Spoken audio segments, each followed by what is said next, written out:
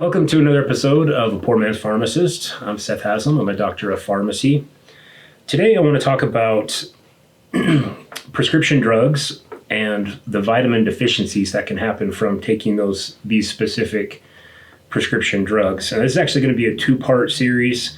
So today I'll cover 5 drug classes and my recommendations based on those on what you're taking. And then next week I'll cover another 5. So to begin with, metformin. So metformin has for a long time been the standard of care for treatment of type 2 diabetes. What happens with metformin, though, is B12 levels can be decreased. So it's recommended for everyone, just about it. I don't know of any exceptions to this, that everyone taking metformin take a B12 supplement. So that would be cyanocobalamin is the scientific name, but it's vitamin B12. Next drug category would be antibiotics. So any antibiotic, it's a good idea to take a probiotic while you're on it, because the antibiotic not only kills the bad bacteria that are causing the disease or the symptoms that you're having, but it also kills the good bacteria, the flora in your gut. So I like a particular product. I really like Florigen. I'm not paid by Florigen to say that, but it's a refrigerated product, and I found that I get really good results from patients who take that as opposed to taking an over-the-counter, non-refrigerated probiotic. So while you're on the antibiotic, take 2 probiotics daily.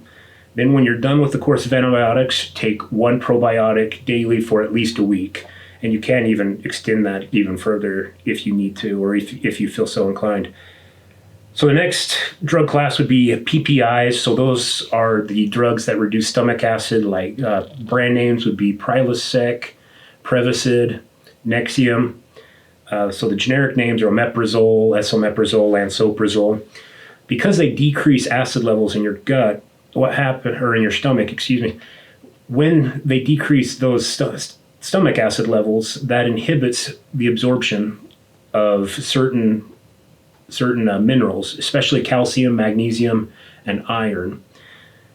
So if you're on a PPI, usually I recommend taking a daily multivitamin. I think that's sufficient to supplement those minerals that you're not absorbing optimally. The next class would be statins. So statins are cholesterol-lowering medications. If you're, after a heart attack, you aren't going to be on a statin most likely. There are other medications, however, they don't have the long track record of the statins. So I recommend with the statin, it can cause muscle aches and pains as a side effect. So I recommend a CoQ10 supplement.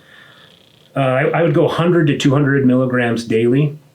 The other thing and this is fairly new research, there's some research showing that vitamin D can positively affect cholesterol levels. However, there's another study I saw that showed LDL reduction, so that's the bad cholesterol. Reduction in LDL cholesterol wasn't affected. However, vitamin D is so important for so many things, mental health, absorption of calcium, that I just think it's a good idea anyways. The next drug class, the last drug class, would be SSRIs and SNRIs. So those are things like Prozac, Effexor, Paxil, Zoloft. So they can inhibit the action of folic acid. So especially for women in childbearing age, I recommend a folic acid supplement. 240 micrograms daily should be sufficient. Sometimes in a women's daily multivitamin, you can get that amount. So you could just take a multivitamin and get that. But 240 micrograms daily is what I would recommend. Anyways, that's all I want to cover today. Next week, I'll cover 5 other drug classes, and we'll go over the exact same information. Have a great week. Thanks.